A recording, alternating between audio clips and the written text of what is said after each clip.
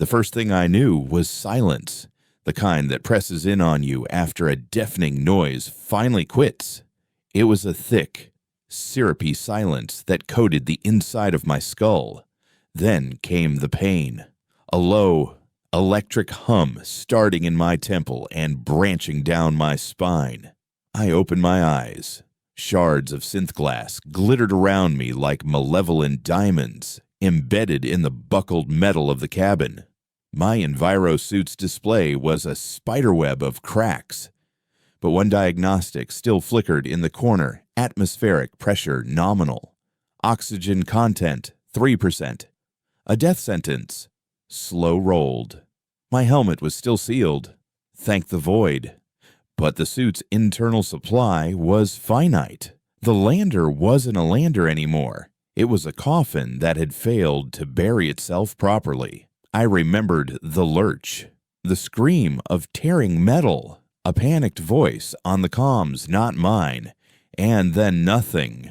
We were supposed to be on final approach to Kepler 186F, the Viridian conglomerate's jewel, the promised land for debt-strapped scrappers like me from the derelict shell of the vagrant sky. A new world, a clean slate. They'd said. This wasn't it. Outside the fractured viewport, there was no jewel. There was only dust. A shimmering, silver-gray expanse under a sky the color of a deep bruise. Jagged crystalline structures, like broken teeth, jutted from the plains, catching the faint light of a distant, indifferent sun.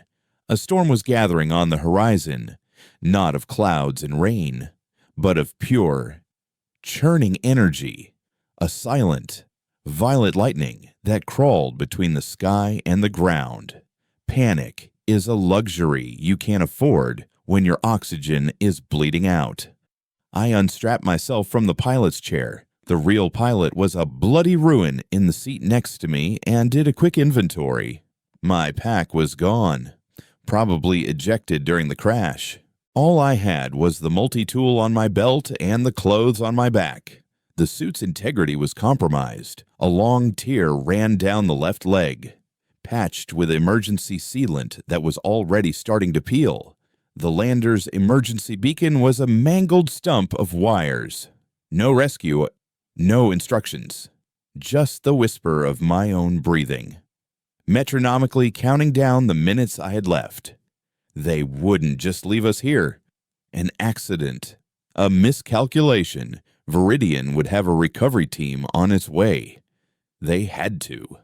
The contract was ironclad.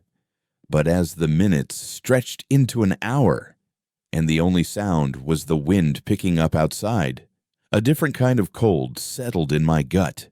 This felt less like an accident and more like a disposal. I climbed out of the wreckage, my boots sinking into the fine, abrasive dust that felt like powdered glass. The wind was a low moan, carrying with it a faint, metallic taste that bypassed the helmet's filters. The air itself felt sharp. I stood on the edge of the impact crater, a lone figure in a landscape designed by a god who hated curves. Endless, jagged geometry stretched in every direction. There was no life, no water, no shelter beyond the broken rocks. This wasn't a world you settled. It was a world that scoured you clean. My first priority was to get away from the lander. Its power core was unstable, and the last thing I needed was to be vaporized in a fusion flare. I picked a direction, a ridge of dark, obsidian-like spires in the distance, and I started walking. Every step was an effort, the fine dust trying to suck my boots down. The alien gravity just slightly heavier than the shipboard standard I was used to. My body screamed, my head throbbed, but I focused on the rhythm. Breathe in, step, breathe out, step. That's how you survived on the vagrant sky when a deck lost pressure or a recycler failed. You didn't think about the end. You just focused on the next movement. The silence was the worst part. It gave my thoughts too much room to grow, to curdle. Viridian was meticulous. They didn't have accidents like this. They ran 1,000 simulations for every colony drop. A lander going this far off course, its comms and beacon simultaneously fried. It was statistically impossible. The thought kept circling. A predator in the back of my mind. What if this wasn't an accident? The violet storm on the horizon was closer now. A wall of roiling energy that seemed to swallow the light. I needed cover. I scrambled into a narrow canyon carved between two of the crystal formations. The wind howled above me, but down here, it was eerily still. The walls weren't smooth. They were covered in razor-sharp facets that reflected my cracked faceplate back at me 1,000 times. A ghost in a broken mirror. That's when I heard it. A rhythmic scraping sound. Metal on rock. It wasn't the wind. It was deliberate, methodical. I froze, pressing myself flat against one of the crystalline walls, my breath catching in my throat. Peeking around the edge, I saw it. It was a machine, roughly the size of a cargo hauler, moving on 6 articulated legs that ended in heavy, spiked feet. It had no head, just a central, rotating torso covered in sensors and lenses. A long, multi-jointed appendage was extended from its chassis, ending in a high-frequency sonic drill. It wasn't a rescue vehicle. It was an auditor, one of Viridian's geological surveyors. I'd seen them in schematics, old models used for blasting through bedrock in deep-core mining operations. But this one was different. It moved with a twitchy, unnatural purpose, its sensors glowing a malevolent red. It swept the canyon floor, the drill emitting a low hum. It stopped, its body tilting as if sniffing the air. Then, its red lenses fixed on the tracks I'd left in the dust. The humming intensified, the sonic drill spinning faster. Its programming was corrupted. I realized it wasn't surveying, it was hunting. It saw me not as a person, but as an impurity, a biological contaminant in its sterile, geological world. It started toward me, its metal feet scraping a terrifying cadence on the rock. I had no weapon. Running in the open was suicide. It was faster than me and built for this terrain. My mind raced, sifting through years of repairing jury-rigged machinery and scavenging parts from dead systems.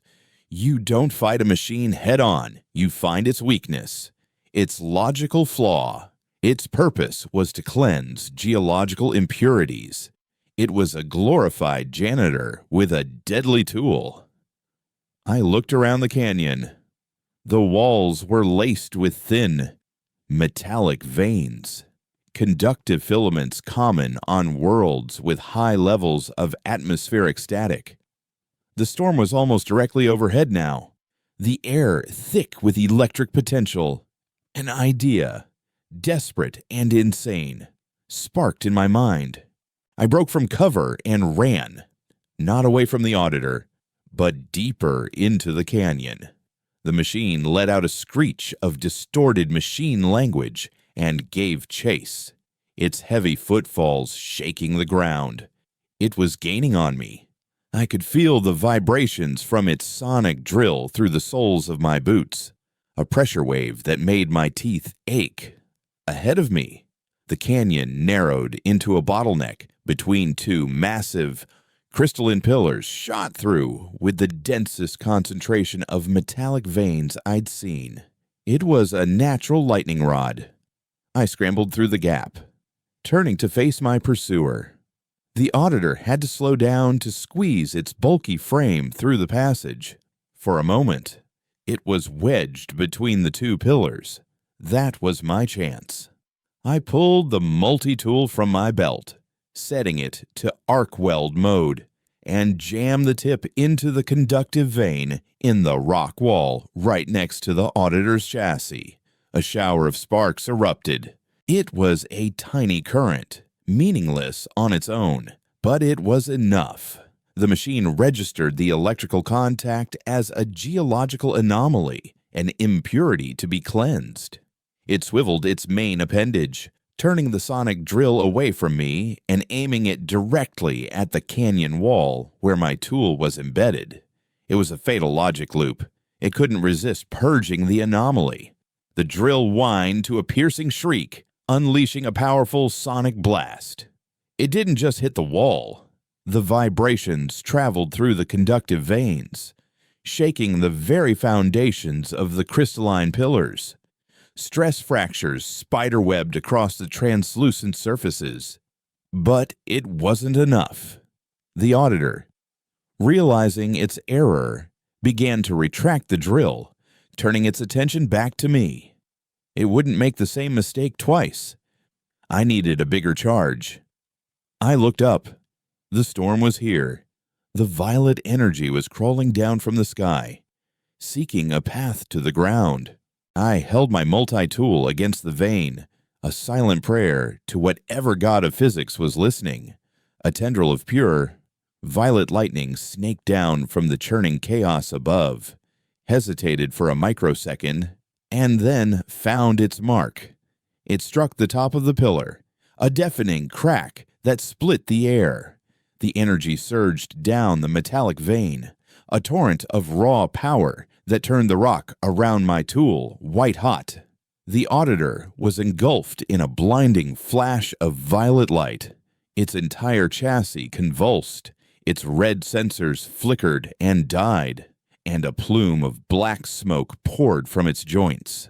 It let out one final, garbled shriek before its legs buckled, and it collapsed, a dead heap of scorched metal. I lay there for a long time, chest heaving, the smell of ozone and burnt circuits filling my helmet. I had survived, but the relief was fleeting, replaced by a cold, hard certainty. That machine wasn't just corrupted, it was a guard dog. It was part of the system. I staggered to my feet and approached the auditor's smoking corpse. Its central processing unit was housed in a reinforced casing, but the power surge had blown the access panel clean off. I knelt in the dust, my fingers finding the port for its memory core. Using my multi-tool, I carefully pried the crystal data slate free. It was still warm to the touch. I found a sheltered alcove, away from the dying storm, and slotted the core into my multi-tool's diagnostic reader. The tool's small screen flickered to life, displaying corrupted files and fragmented data streams. Most of it was useless geological data, endless strings of mineral composition and seismic readings. But then I found a secured partition. It took me almost an hour to bypass the encryption, my fingers clumsy, my mind numb with exhaustion. Finally, a single folder opened. Inside were two files. The first was a blueprint of the auditor, detailing its functions. Its primary directive was clear, sterilized designated quadrant of all non-indigenous biological signatures. It wasn't a surveyor. It was an exterminator. The second file was a short audio log, heavily distorted, but just clear enough to understand. The voice was calm, corporate, laced with an unnerving detachment. Lander for Batch 7 has been successfully deployed within the Xylos Genesis protocol. All beacons have been remotely disabled. The control group shows promising resilience, but attrition rates are tracking within acceptable parameters. Commencing observation phase. Viridian is pioneering the future, one survivor at a time. The words hit me like a physical blow. Batch 7, Control Group, Genesis Protocol. This wasn't a colony. It was a crucible. They hadn't sent us here to build a new world. They'd sent us here to see if we were strong enough to deserve one. We were lab rats in a planetary cage, and they were taking notes as we died. The hope I'd been clinging to that this was a mistake, that help was coming evaporated, leaving behind a residue of pure, undiluted rage. They hadn't just left me to die. They had planned it. They were watching. I stood up, the data slate clutched in my hand. I looked up at the bruised sky, at the silent, violet lightning still flickering on the horizon. They thought this was a test of my endurance, of my will to survive. They were wrong. This was now a test of theirs. My name is Kalen, and I was no longer just a survivor. I was the flaw in their experiment, the variable they hadn't accounted for, and I was going to burn their entire protocol to the ground. The rage was a furnace in my chest, burning away the exhaustion and the fear. It gave me focus. I wasn't just Kalen anymore, scrapper from the vagrant sky. I was Batch 7's control group, the acceptable attrition, the data point. I was a ghost with a grievance, and I was going to haunt the hell out of Viridian. My first move was to erase my tracks. I backtracked through the canyon, using the auditor's heavy treads to obscure my own boot prints. A moth hiding in a monster's shadow. The data slate was a cold, hard rectangle against my ribs, a piece of evidence that felt heavier than its physical weight. It was my Bible and my bomb. I needed a sanctuary, a place to dissect the slate's contents without worrying about another mechanical janitor scrubbing me from the landscape. The slate itself offered a clue. Tucked away in the subdirectories of the auditor's patrol logs was a recurring anomaly, a dead zone where its sensors consistently failed. It was a topographical sinkhole on its internal map, a place it was programmed to avoid. To a machine, it was a glitch. To me, it was a destination. The trek took me 3 hours, a grueling march across a plain of shattered, obsidian-like glass that crunched under my boots like a world of broken bottles. My suit's oxygen indicator was blinking yellow, a nagging reminder that my righteous fury couldn't synthesize O2. The dead zone was a network of deep-cut ravines, geologically ancient and carved by forces other than the wind. Down in the shadow depths, the air was still, and the oppressive silence returned. I found a cave, not much more than a deep overhang, but it was defensible and hidden from the sky. There, with the faint light of the bruised sun casting long, skeletal shadows, I went to work on the slate. The encryption on the deeper files was a nightmare, layered with corporate security protocols that were designed to self-destruct if tampered with. But the engineers at Viridian, for all their genius in building planetary death traps, had overlooked one thing: the arrogance of their own technicians. Buried in the machine's diagnostic logs was a maintenance key, a simple string of code left behind by a lazy field tech who probably never imagined a biological contaminant would be reading his work. It was my skeleton key, the files unlocked, and the full, horrifying scope of the Genesis protocol spilled onto my multi-tool's tiny screen. This planet, designated Xylos, wasn't just a test site. It was a curated hell.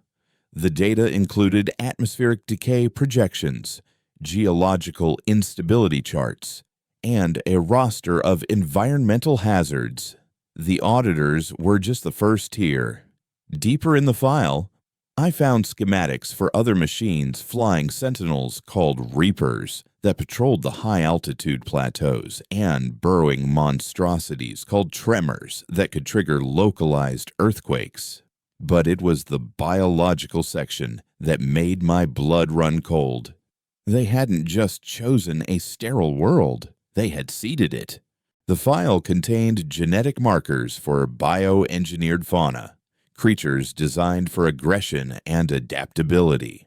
There were things called shard hounds that used the crystalline terrain as camouflage and hunted by sensing vibrations. There were cave-dwelling predators with bioluminescent lures. Viridian hadn't just built a maze, they had filled it with monsters. Then I found the map. It was a complete topographical scan of the continent, and dotted across it were dozens of repeating energy signatures. Each one was labeled as an observation relay. These were their eyes and ears, the network that gathered the data from every suit, every piece of tech, and every dying scream, and beamed it up to whatever orbital platform they were watching from. This was their nervous system, and I finally knew how to give them a stroke. As I was cross-referencing the relay locations with the auditor patrol routes, my suit's life support system gave a finals pathetic chime and flashed a critical alert: oxygen supply 8%. The rage in my furnace sputtered, replaced by the icy grip of imminent suffocation. I had a map to my enemy's heart, but I was going to die of asphyxiation before I could take a single step toward it. Desperation is the mother of reckless invention. I scanned the slate again. Not for mission data, but for anything. Any piece of Viridian tech in my vicinity that I could cannibalize. The map showed another crash site, just 3 kilometers away in the next ravine. It was labeled Lander Batch 6, an older data point. Its transponder was offline, marked as a total loss. But a total loss for them could be a lifeline for me. I ran, my lungs burning, my vision starting to tunnel. Each breath was a conscious, painful effort. The 3 kilometers felt like 300. I stumbled into the ravine and saw it. The Batch 6 lander was in better shape than mine, its fuselage mostly intact, wedged nose down in a deep crevasse. I forced the airlock and tumbled inside, my helmet scraping against the deck. The lander was dark, silent, and cold. Emergency lights flickered weakly, illuminating a scene of quiet violence. The crew were still strapped in their seats, long dead, their suits breached. But the lander's core systems had initiated an emergency shutdown, preserving some of its power. I crawled to the environmental control panel, my gloved fingers fumbling with the access hatch. The main oxygen tanks were ruptured, but the atmospheric recirculator, the machine that scrubbed CO2 and reclaimed oxygen, was only damaged. Wires were torn. A coolant line was fractured, but the core mechanism looked salvageable. I set to work, my multi-tool a blur, my mind a frantic litany of engineering schematics. As I spliced the final wire, a shadow fell over me. I looked up. A figure stood in the airlock, silhouetted against the dim light from outside. They held a long, sharpened piece of the lander's hull like a spear. The figure was smaller than me, wiry, their movements economical and utterly silent. "Get away from that." A voice rasped through their helmet's external speaker. It was a woman's voice, strained and hard as the rock outside. I raised my hand slowly, my own multi-tool feeling laughably inadequate as a weapon. "My suit's out of air," I said, my voice hoarse. "I'm just trying to get the recirculator online." The figure took a step closer. Her suit was a patchwork of scavenged parts. The Viridian logo on her chest scored through with a deep, deliberate gash. "Everything in this wreck is mine," she said. "Find your own grave." "There's enough for both of us if I can get it working," I countered, trying to keep my voice steady. My vision was starting to swim, black spots dancing at the edges. "We're in the same goddamn cage. We might as well breathe the same air." She hesitated. The logic was sound, but trust was a currency that had no value on Xylos. To her, I was just another competitor for scarce resources, another threat. "Who are you?" she demanded. "Kalen, Batch 7. My words were slurring. The black spots were getting bigger. Her posture changed almost imperceptibly at the mention of my batch number. "I'm Ilara," she said, her voice losing some of its edge.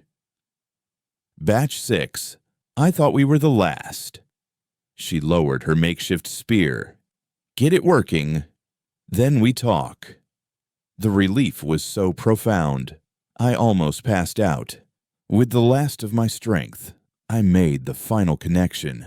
The recirculator whirred to life with a low groan, and a blessed stream of recycled, breathable air hissed into the cabin. I cracked my helmet seal, greedily gulping the stale, metallic air. It was the sweetest thing I had ever tasted.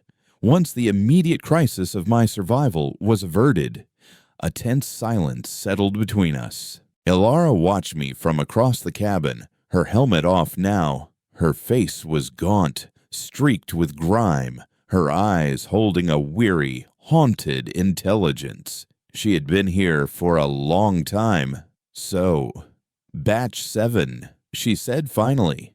"How many of you made it?" "I don't know," I admitted. "My lander went down hard. I was the only one who walked away." She just nodded, unsurprised. "It's what happens. They drop you in, and the planet chews you up. The weak die fast. The strong die slow. That's the game." "It's not a game," I said, my voice low and hard. "It's an experiment, and I know how to break it." I took out the data slate and tossed it onto the deck between us. She eyed it suspiciously. "What is it?" "It's the rulebook," I said. "Pulled it from a Viridian auditor. It has everything. The hazards, the protocols, the locations of their observation relays." I told her everything, the words spilling out of me, fueled by months of isolation and a desperate need for an ally. I told her about the Genesis protocol, the audio log, the curated monsters, and the network of relays that made us all just lab rats under a microscope. As she listened, her weary cynicism slowly gave way to a cold, focused anger that mirrored my own. She had survived for months on instinct and grit, believing it was all just a catastrophic failure, a cosmic bit of bad luck. The truth that her suffering was deliberate, that it was being recorded and analyzed, was a violation far deeper than mere abandonment. "All this time," she whispered, her knuckles white as she gripped her spear. "All this time, they've been watching." She picked up the slate, her eyes scanning the map of the relays. "These things," she said, pointing to the nearest one, a peak about 30 kilometers to the north. "If we take one out, what happens? We blind them." I said, "We create a hole in their surveillance grid. We stop being data points and start being ghosts. And from the shadows, we can start hunting back." A new light glinted in her eyes, something more than just the will to survive. It was the spark of rebellion. A tentative alliance was forged there, in the dim, cold cabin of a dead lander. A partnership born of shared trauma and a mutual desire for payback. We had a target. We had a plan.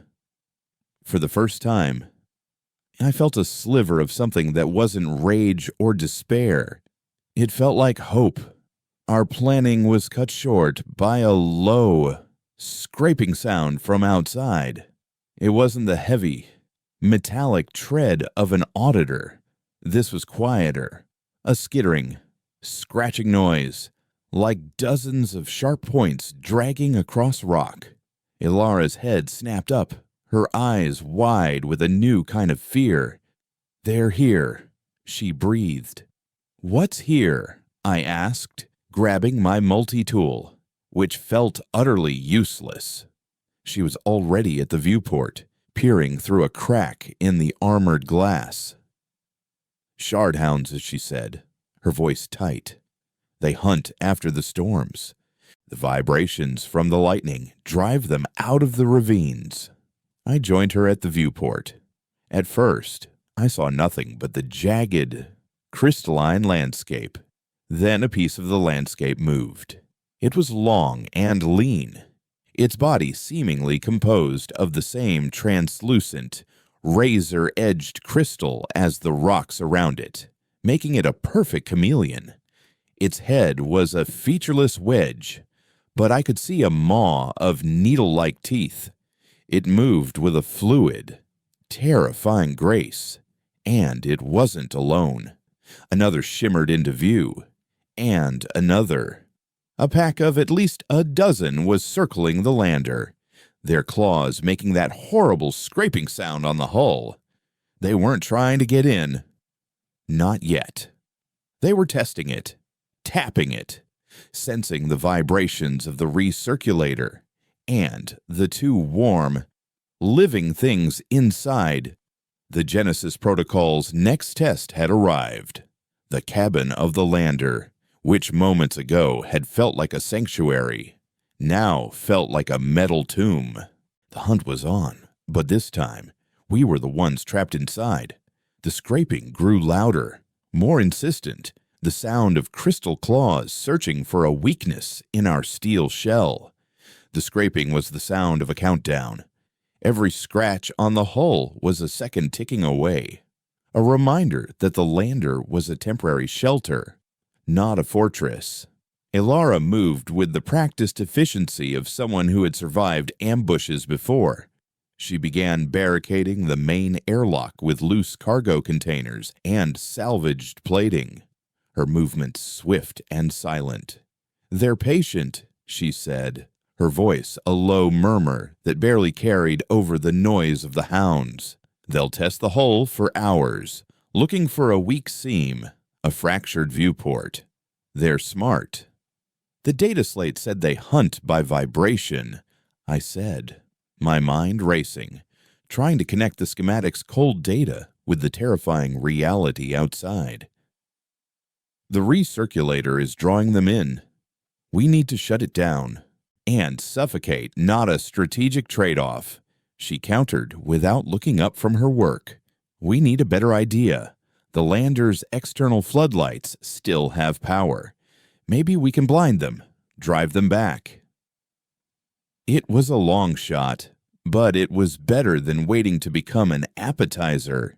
I crawled into the cockpit, the emergency power flickering ominously. The main console was dead, but the auxiliary systems were still on a separate circuit. I found the controls for the external lighting and slammed my hand on the activation panel. A powerful, actinic glare flooded the ravine outside, throwing the shardhounds into sharp relief. They weren't just camouflaged. Their crystalline hides refracted the light, splintering it into 1,000 dazzling, disorienting beams. They recoiled, letting out a series of high-pitched, chittering shrieks that vibrated through the hull. For a moment, it worked. The pack retreated from the immediate vicinity of the lander, their forms shimmering at the edge of the light's reach. But they didn't flee. They began to circle, their movements becoming more agitated, more aggressive. The light hadn't scared them. It had just pissed them off. One of the larger hounds, its crystalline back ridged with sharper, darker shards, broke from the circle. It lowered its head and charged, not at the airlock, but at the cockpit's main viewport. It struck the synth glass with a sickening crack, the sound of 1,000 diamonds being ground together. A web of fractures exploded across the viewport, spiderwebbing out from the point of impact. The hound reeled back, shaking its head, then prepared to charge again. It's learning. Ilara breathed from behind me. It found the weakest point. We were out of time. The viewport wouldn't survive another hit. My eyes darted around the cockpit, searching for anything. A weapon, a tool, an advantage. My gaze fell on the pilot's console, specifically the mangled controls for the landing thrusters. The fuel lines were ruptured, the main ignition system fried, but the chemical propellant tanks themselves, housed directly beneath the cockpit, were likely still intact. An idea, born of pure, suicidal desperation, took hold. "I need your spear," I said to Ilara, my voice tight. "And I need you to get to the back of the ship. Now." She looked at me, then at the cracked viewport, then at the wild look in my eyes. She didn't question it. She just nodded, handed me the sharpened piece of hull, and retreated to the rear cargo bay. I wedged myself under the console. The smell of hydraulic fluid and ozone thick in the air. The propellant feed line was right where the schematic said it should be. It was a thick, armored conduit. But years of scrounging on the vagrant sky had taught me that every piece of armor has a seam. I jammed the point of Ilara's spear into a joint in the conduit and twisted with all my might. Metal groaned, then sheared. A fine, volatile mist of thruster propellant began to hiss into the cockpit, the chemical stench instantly overwhelming. My eyes watered, my head swam. The hound charged again.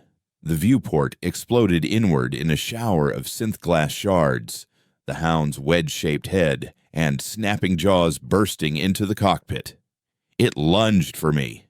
At the same moment, I slammed my multi-tool, set to its highest arc weld setting, against a live power conduit on the console. The spark was tiny, almost insignificant, but in a cabin now saturated with atomized rocket fuel, it was a detonator. The world became a white-hot roar. The force of the explosion threw me backward, my body tumbling through the length of the lander like a rag doll. I slammed into the rear bulkhead and knew nothing but a universe of swirling, concussive pain. I came to in stages. The first was the ringing in my ears, a high-pitched whine that blotted out all other sound. The next was the searing heat on my back. I was lying on my stomach, the deck plating beneath me buckled and glowing cherry red. Ilara was dragging me by the collar of my suit toward the rear airlock. The entire front half of the lander was gone, vaporized into a twisted, burning ruin. The shard hounds were gone too, either incinerated in the blast or scattered by the shockwave. We stumbled out of the wreckage into the cold, alien air, the lander a funeral pyre at our backs. My left arm was a ruin of torn suit and seared flesh. The pain, a dull, throbbing bass line to the ringing in my ears. But we were alive. "You're insane," Ilara said, her voice shaky but intact. She was propping me up, her smaller frame straining under my weight. "You're certifiably, absolutely insane." "Did it work?" I coughed, my throat raw from the chemical fumes. She looked back at the burning wreck, then at the empty ravine. "Yeah," she said, a small, grim smile touching her lips for the first time. "It worked. We had survived the immediate threat, but we had paid a heavy price. The lander, our only source of shelter and recycled air, was a molten slag heap. My suit was now critically breached, the sleeve of my left arm shredded. We were exposed, wounded, and 30 kilometers from our target. Ilara used what was left of her medkit to patch my arm, a temporary seal of biofoam and scavenged plating. It was a crude fix, and my suit's life support display was a Christmas tree of red warning lights. I had maybe 10 hours of oxygen, if I was lucky and didn't exert myself. "We have to move," I said through gritted teeth as she tightened the last strap. "The explosion will have registered on Viridian's sensors. They'll send an auditor to sterilize the site." "We'll never make it to the relay on foot," she said, her pragmatism a stark contrast to my reckless fury. "Not with you leaking air like a sieve." "We don't have a choice," I insisted. "It's either die here, waiting for their janitor to show up, or die, trying to punch them in the eye." My gamble had a strange effect on her. The cautious survivor who hoarded resources and trusted no one had seen a madman blow himself up to win a fight. It seemed to have shifted her calculus. "All right, crazy man," she said, shouldering her pack. "Let's go punch a corporation in the eye. But you're setting the pace. You drop. I'm leaving you." The threat was empty, and we both knew it. We were tied together now. Two pieces of a broken set. The journey to the relay peak was a slow, agonizing blur. The landscape shifted from ravines to a treacherous, high-altitude plateau of wind-scoured rock. The air grew thinner, colder. Every step sent a jolt of fire up my arm, and every breath was a conscious choice. Alara proved to be an invaluable guide. She knew the terrain, knew which rock formations would offer the best cover from the ever-present wind, and which ones were unstable and prone to collapse. She had survived by being invisible, by understanding the rhythms of this lethal world. I had survived by being a bomb. Together, we were something new. As we neared the base of the peak, we saw it. The relay wasn't a tower or an antenna. It was a perfectly smooth, black hemisphere, about 20 meters in diameter, nestled in a caldera at the mountain summit. It was utterly alien, a stark, geometric scar on the natural landscape. It hummed with a low, subliminal energy that made the fillings in my teeth ache. There was no visible entrance, no seams, no access panels, just a silent, black dome of absolute control. "How do we get in?" I asked, my breathing shallow. "We don't," Alara said, pointing toward the base of the dome. "We don't need to get in. We just need to stop it from talking." Circling the base of the dome were 3 smaller substations, triangular pylons that pulsed with a soft, blue light. Thick, armored conduits ran from the pylons into the ground, presumably connecting to the relay's primary power source deep underground. "Those are the data uplinks," she said. "I've watched it from a distance. The light pulses in sync with the orbital platform's trajectory.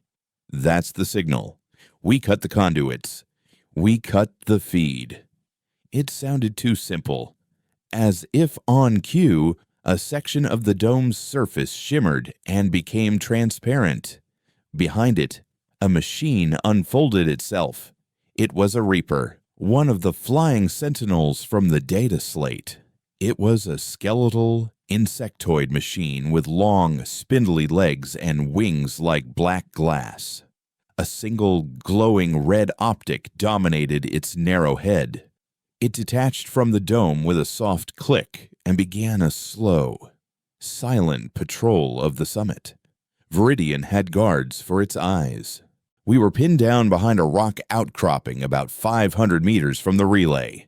The Reaper moved with a fluid, predatory grace, its red eye sweeping the terrain with unnerving precision. A direct assault was impossible. My suit's oxygen was now in the single digits. The red light was no longer blinking. It was a solid, final warning. I was on borrowed time, and we were out of options. "I can draw it off," I said, my voice quiet. Ilara looked at me, her expression grim. Don't be a fool. You can't outrun that thing. It'll tear you apart before you take 10 steps. I don't have to outrun it, I said, a familiar, reckless calm settling over me. I checked the charge on my multi-tool. It was nearly full. I just have to be a bigger threat than the conduits. Before she could argue, I broke cover. I stumbled out onto the open plateau, my movements exaggerated, a wounded animal trying to flee. "Hey, you tin-plated bastard!" I yelled, my voice thin and reedy in the alien air. "Your control group is filing a complaint." The Reaper's red eye swiveled and locked onto me instantly. It emitted a piercing, multi-frequency shriek, an electronic war cry. It unfolded its glass-like wings and launched itself into the air, closing the distance between us with terrifying speed.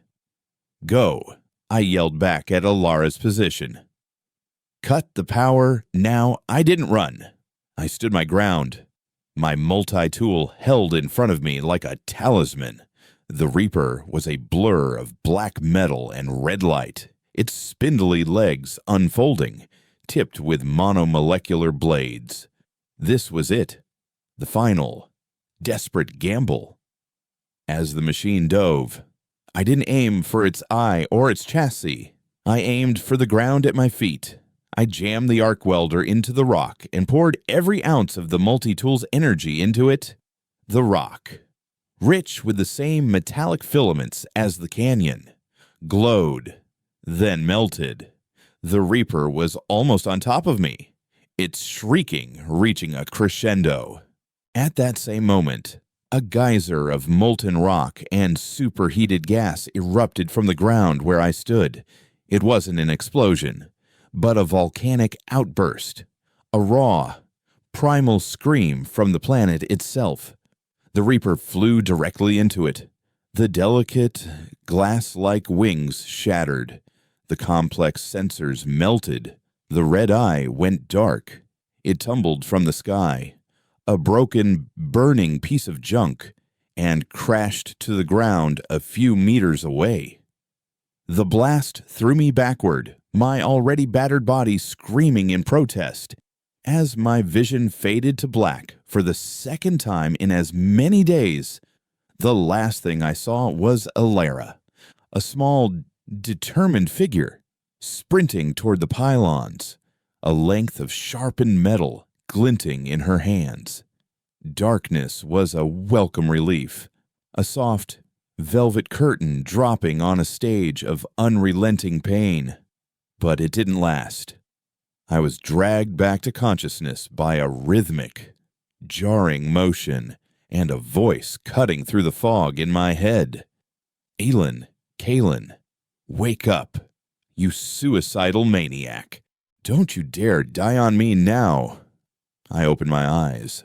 The bruised sky of Xylos swirled above me, and the world was tilted at a nauseating angle. Ilara was dragging me again, this time on a makeshift travois fashioned from the Reaper's shattered wing panels and pieces of her own pack. My head lolled to the side. The black dome of the relay was behind us, silent and dark. The pulsing blue lights of the pylons were extinguished. A thin plume of smoke still rose from the spot where I'd played volcanologist. "You did it," I rasped, my throat feeling like it was coated in the planet's fine, abrasive dust. "We did it," she corrected, not breaking her stride. She was pulling the travois across the rocky plateau, her jaw set, her breath misting in the cold air. "But we bought ourselves maybe 12 hours before they send a repair team, and your suit is shot. The biofoam seal is failing. We need to get undercover. And we need to get you out of that tin can before it becomes your coffin." I tried to move my left arm and was rewarded with a bolt of white-hot agony that made me gasp. "Where are we going?" "There's a cave system I found a few months ago, about 5 kilometers east of here," she said, her words punctuated by the effort of pulling my dead weight. "It's deep. The auditors can't get their sensors down there. It's the only place I've ever felt safe." The journey to the caves was a fever dream. Pain, the jarring motion of the travois, and the slow, inexorable countdown of my suit's failing oxygen supply all blurred together. I drifted in and out of consciousness, my lucid moments filled with the sight of Ilara's determined face and the endless, jagged landscape. When we finally arrived, I was only vaguely aware of being pulled from the travois and dragged into a narrow fissure in the rock. The world went from the dim, bruised twilight of the surface to absolute, crushing blackness. The air changed, too. It was still thin, but it was warmer, damp, and held the scent of whetstone and something else, something organic and ancient. Ilara's voice was a disembodied sound in the dark. "Don't move. I need to get a light." A moment later, a soft chemical glow filled the space. She had cracked a glow stick, its eerie green light revealing a large, cavernous chamber. The walls were slick with moisture, and strange, phosphorescent fungi clung to the rock, casting a faint, blue-green luminescence of their own. This was her sanctuary.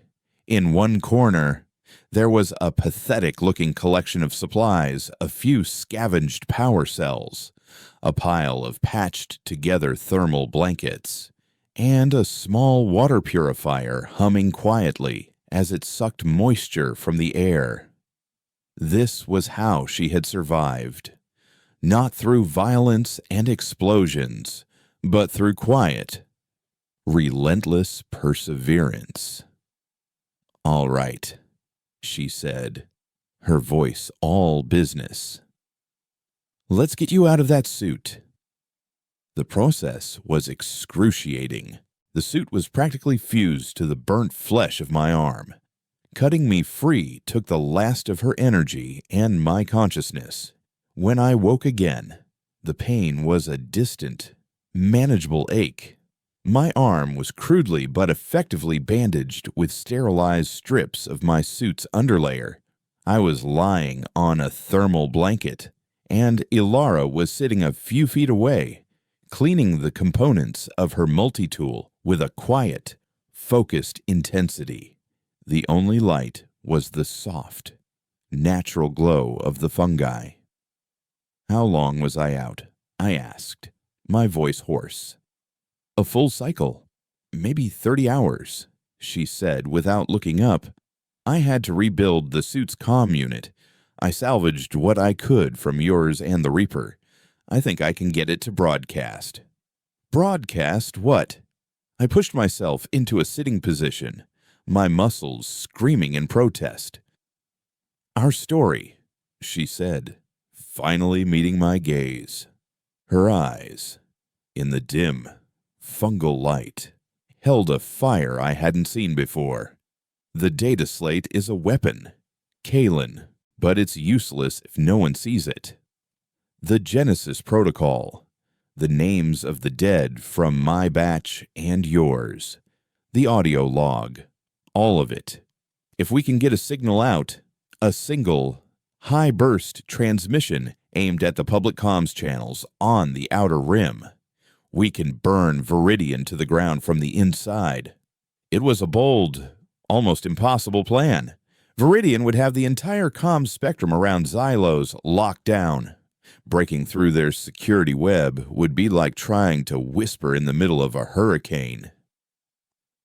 "They'll be listening," I said, "the moment we transmit. They'll triangulate our position. They won't send an auditor this time. They'll send soldiers." "I know," she said, her expression grim. "That's why it has to be a one-way trip. We upload the data, and we run. But we need a booster. The comm unit on its own doesn't have the power to break the planet's atmospheric interference, let alone their firewall. We need to hijack one of their own systems. My mind immediately went to the map on the data slate. The observation relays were one part of their network. The other was the hazards themselves. The tremors, I said, the name coming to me from the slate's files. The burrowing machines that trigger earthquakes.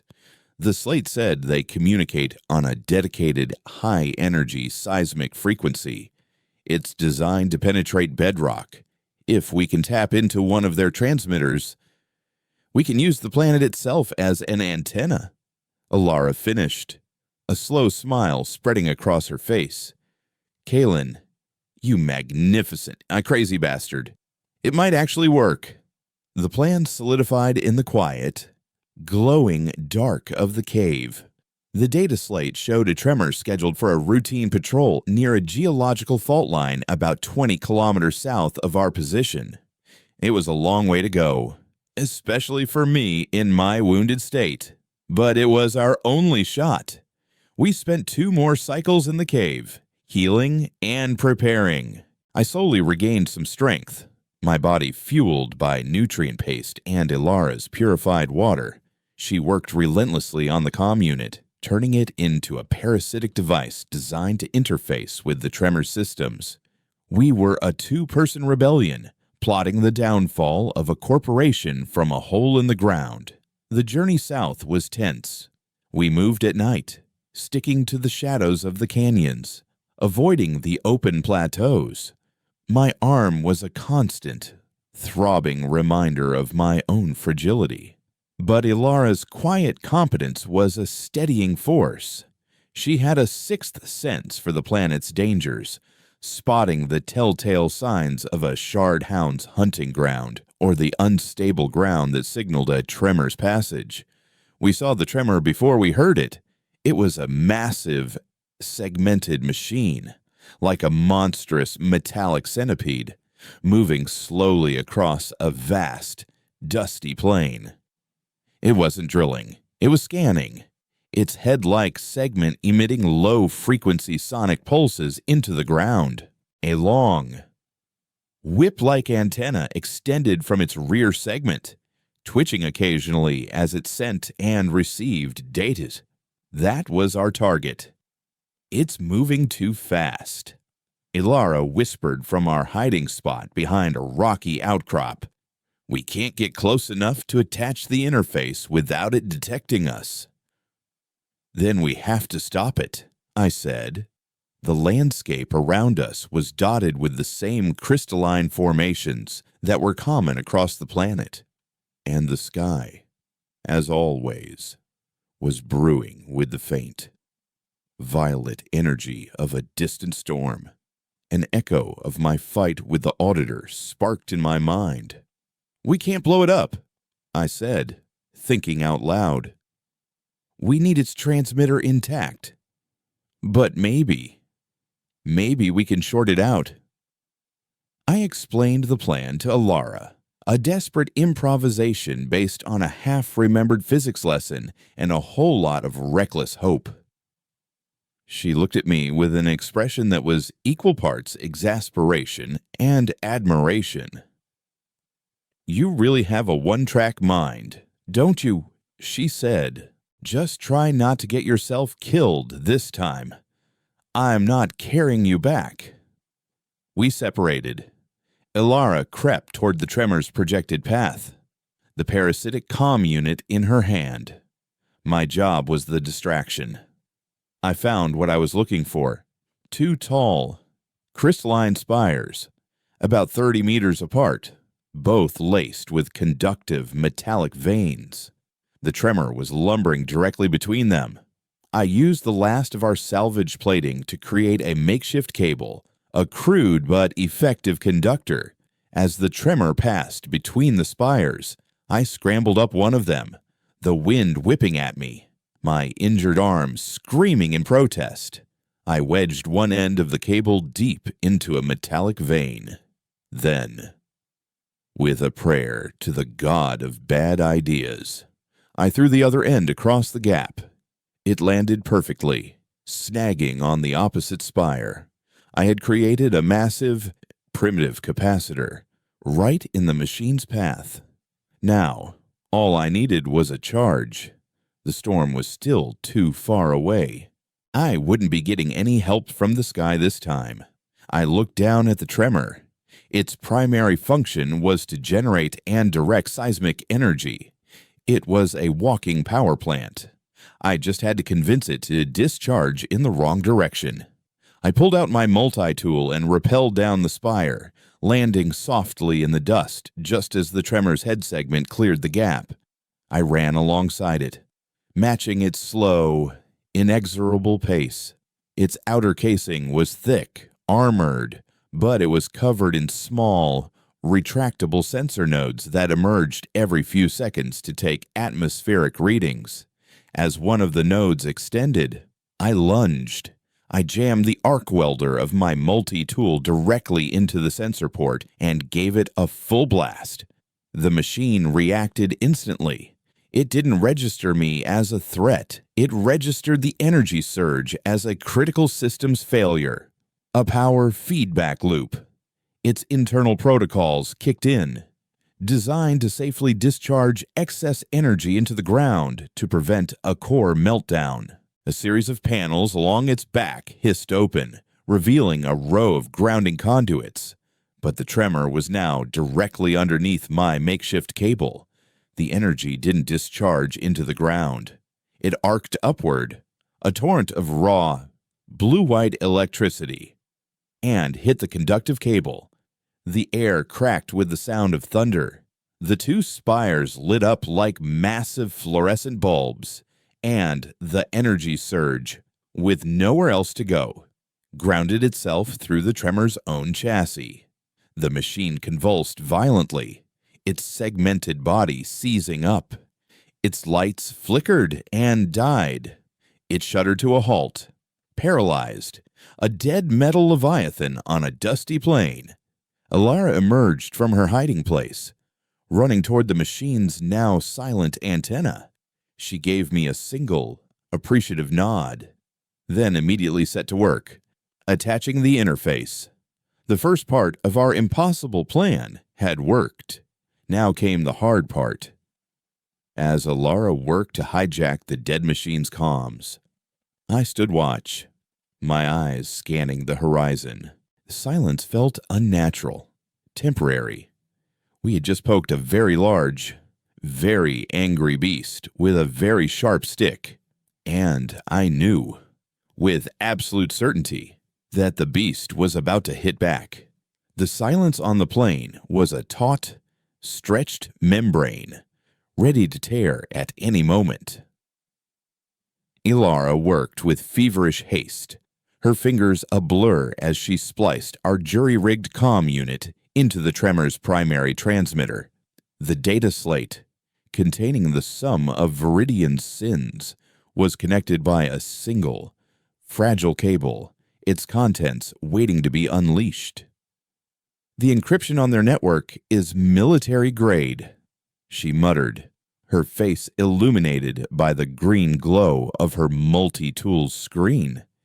"It's fighting me at every turn. I need more time." But time was the one resource we had already spent. On the horizon, a new light appeared. It wasn't the violet crawl of a storm, but a series of sharp, white pinpricks, resolving into the distinct silhouettes of 3 approaching dropships. They were moving fast, low to the ground, their engines eerily silent. Retaliation hadn't been a hypothetical, it was already here. "They're here," I said, my voice grim. "How much longer?" 5 minutes. "Maybe," she said, not looking up. I have to bypass the final handshake protocol. If I don't, the entire data packet will be corrupted and flagged as junk. 5 minutes. An eternity. The dropships were sleek, matte black, and bore the stark, fractured world emblem of Viridian's corporate security division. These weren't machines or bioengineered monsters. This was the human element, and it was coming to sanitize its experiment. "Buy me 5 minutes, Kalen," Alara said, her voice a plea and a command. "Whatever it takes." My gaze swept across our position. We were exposed on a flat plain. With the paralyzed tremor as our only significant cover, the dropships would land, deploy troops, and we'd be caught in a crossfire, pinned and executed. I had no weapon beyond a multi-tool. My body was a wreck. But I had the data slate, and I had the planet. "Keep working," I said, and started running. Not away from the dropships, but toward a series of deep, seismic fissures that crisscrossed the plain a few hundred meters away. The fissures were a scar on the landscape, a place where the planet's crust was thin and unstable. The tremor's purpose was to manage these fault lines, to trigger controlled releases of tectonic stress. My plan was to trigger an uncontrolled one. I reached the edge of the deepest fissure, a chasm that plunged into the planet's dark, rumbling guts. The dropships were already beginning their descent, their landing ramps lowering. Figures in black armor were visible, rifles at the ready. I took out the data slate. I had memorized the tremor's command codes, the sequences it used to initiate a seismic event. I keyed the activation sequence for a deep core sonic pulse into my multi-tool and, using a salvaged short-range transmitter, beamed it at the dead tremor. Nothing happened. The machine was paralyzed, its power core offline, but its sonic emitter, a massive device buried in its head segment, was a passive instrument. It didn't need power to resonate. It just needed a trigger. The first squad of Viridian enforcers hit the ground, fanning out with professional, lethal efficiency.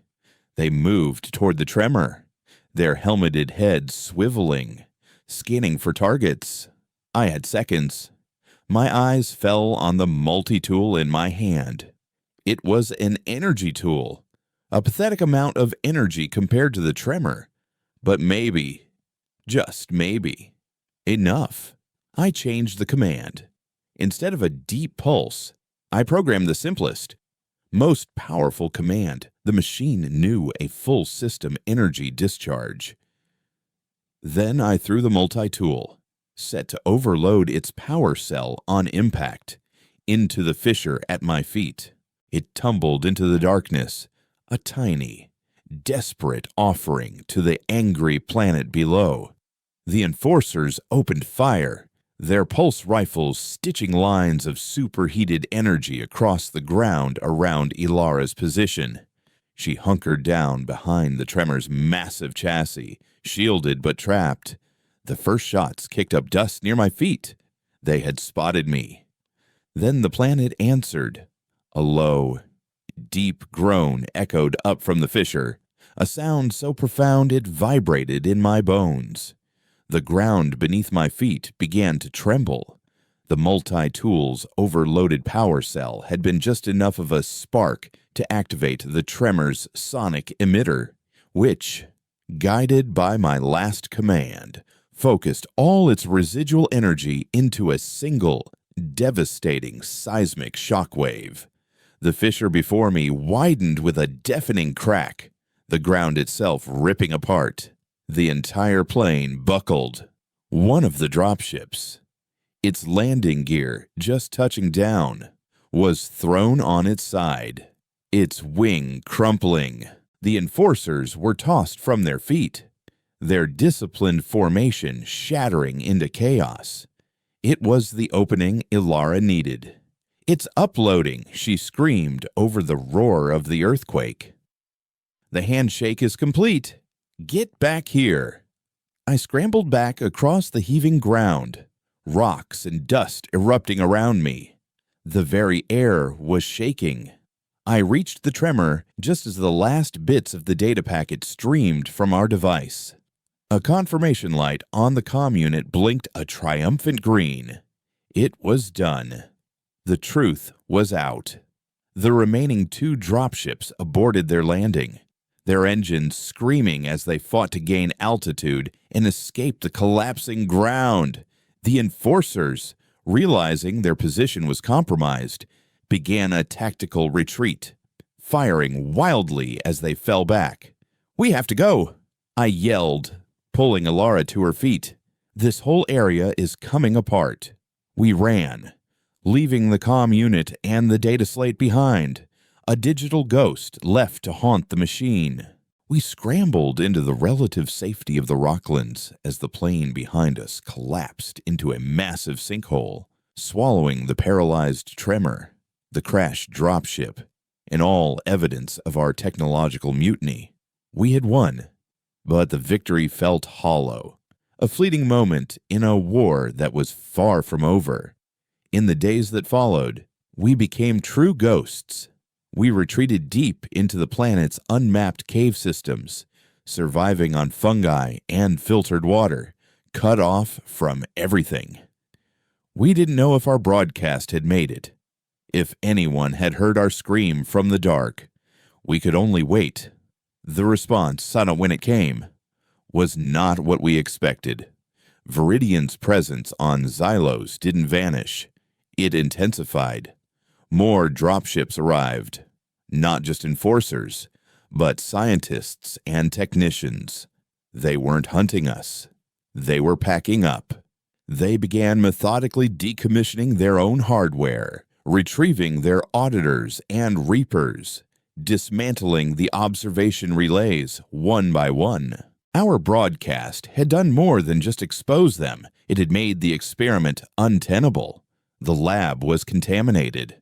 The rats had not only survived the maze, they had set fire to the scientists' notes. One cycle. As we watched from a high ridge, a single, unmarked shuttle descended, landing in the same ravine where my journey had begun. 2 figures emerged. One was in the pristine, white uniform of a Viridian executive. The other was in the simple, gray fatigues of the Galactic Ethics Tribunal. Our message had been heard. A new game was beginning. Alara and I never revealed ourselves. We let the corporate and political powers fight over the ashes of the Genesis Protocol. For us, justice wasn't going to come from a tribunal report or a corporate fine. Justice was the silence on the planet, the absence of the hunters, the end of the observation. We had won our freedom, not been granted it. Years from now, Viridian would be a footnote in a corporate scandal. Xylos would be a quarantine zone, a monument to unchecked ambition. But for us, it was home. We were no longer Batch 7 or Batch 6. We were the first and last true inhabitants of this broken, beautiful world. We had been dropped into a cage designed to measure our breaking point, to quantify our suffering for a profit margin. But they had failed to account for the one variable that can never be measured: the stubborn, insane, indomitable will to not just survive, but to fight back. My name is Kalen, and Alara and I are the ghosts of Xylos. We are the data they could never collate, the acceptable attrition that refused to be acceptable.